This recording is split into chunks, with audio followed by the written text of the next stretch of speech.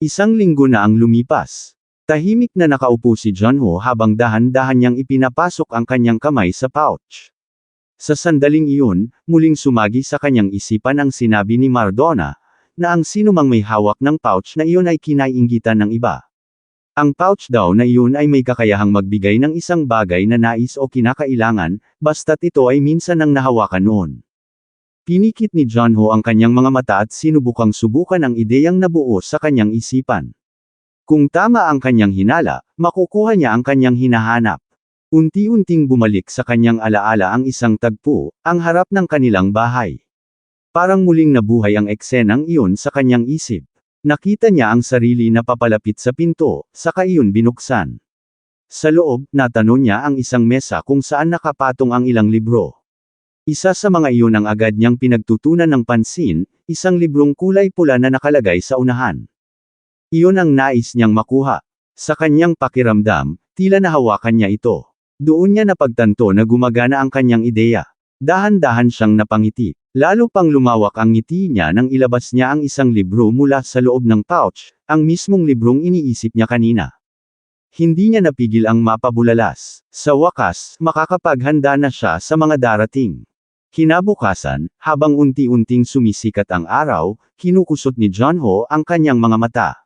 Bahagya siyang napapailing habang sinasabing tila 10 beses na niyang pinagdaanan ang parehong bagay. Paulit-ulit niyang binasa ang nilalaman ng libro, at habang tumatagal, lalo niyang napagtatanto na mas malalim pa ang nobela kaysa sa una niyang inakala. May mga alaala ring sumagi sa kanyang isip, mga eksenang kausap niya ang kanyang asawa, na masayang nakikinig sa kanya.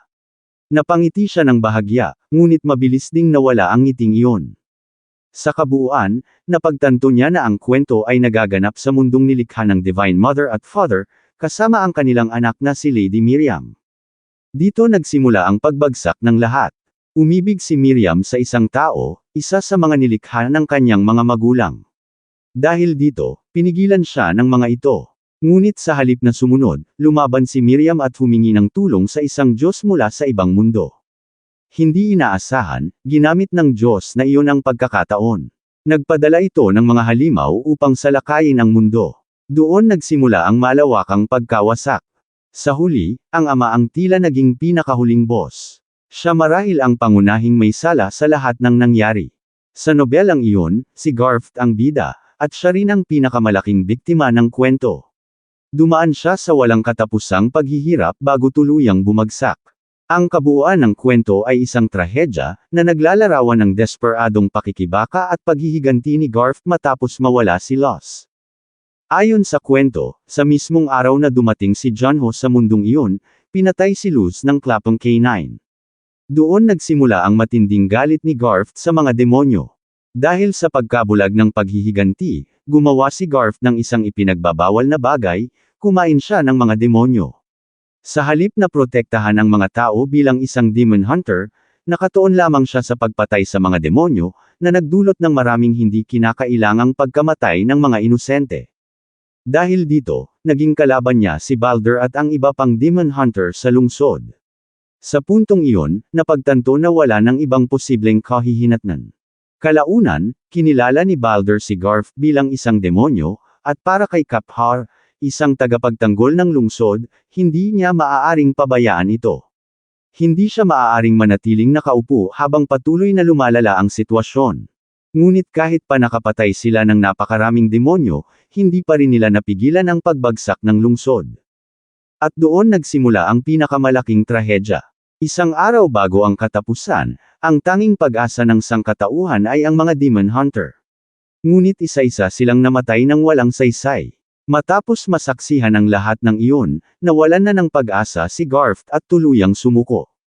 At ganap na nawasak ang silangang bahagi ng lungsod. Sa huli, matapos ang lahat ng nangyari, nawala rin ang kanyang asawa, at doon nagtapos ang kwento.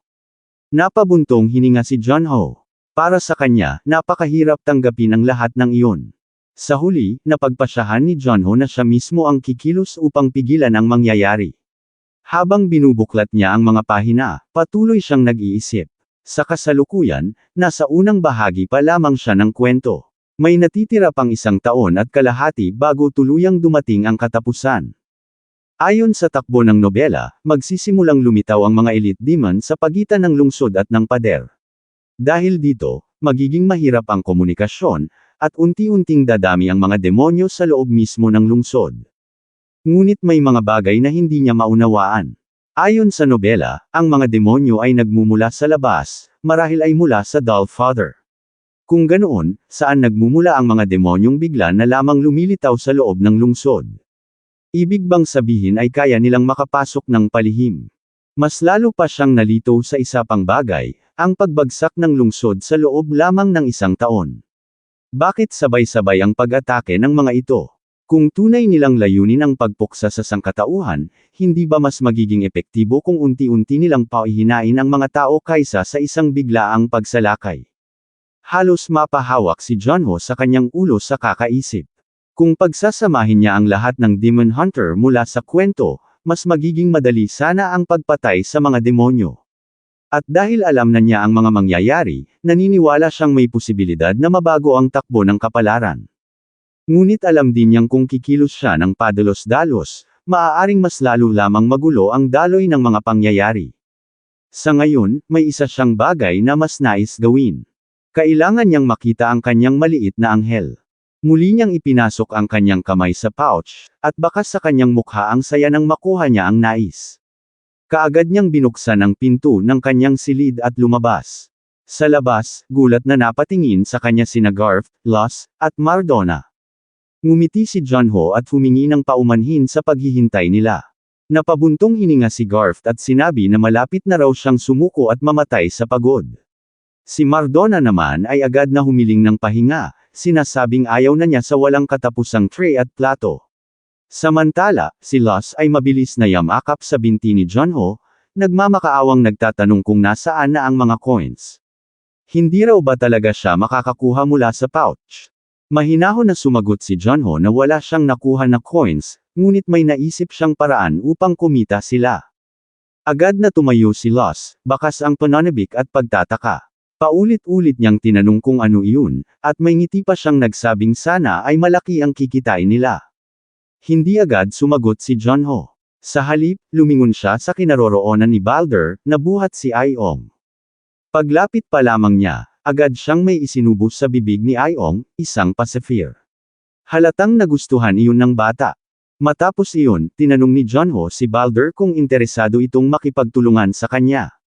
Sinabi niyang mahalaga ang tulong nito, lalo na kung nais nilang makamit ang mundong kanilang hinahangad. Bahagyang nagulat si Balder sa kanyang narinig. Tiningnan niya si Junho at sinabi na tila napaka-misteryoso nito, parang napakarami nitong nalalaman. Nena si Loss sa narinig. Lalo pa itong lumala nang sumingit si Garth at sinabing alam ba ni Junho na sina Loss at Balder ay may dating pinagsamahan. Agad na hinawakan ni Loss ang mukha ni Garth, galit na galit sa sinabi nito. Ngunit hindi doon natapos ang kanyang inis, pati si Junho ay kanyang sinigawan, kung ano-ano ang kanyang pinagsasabi. Sinubukan siyang pigilan ni Garth, ngunit patuloy pa rin ang kanyang pag-aalburuto. Sa kabila ng lahat, nanatiling kalmado si Junho. Bahagya lamang siyang ngumiti, tila hindi naaapektuhan sa nangyayari. Sa loob-loob niya, buo ang kanyang paniniwala. Kaya niyang baguhin ang lahat. Dito na po nagtatapos ang ating kabanata, abangan ang mga susunod pa nating upload. Huwag din kakalimutang mag-like, share, subscribe at i-click ang notification bell, para lagi kayong updated sa mga susunod pa nating mga video.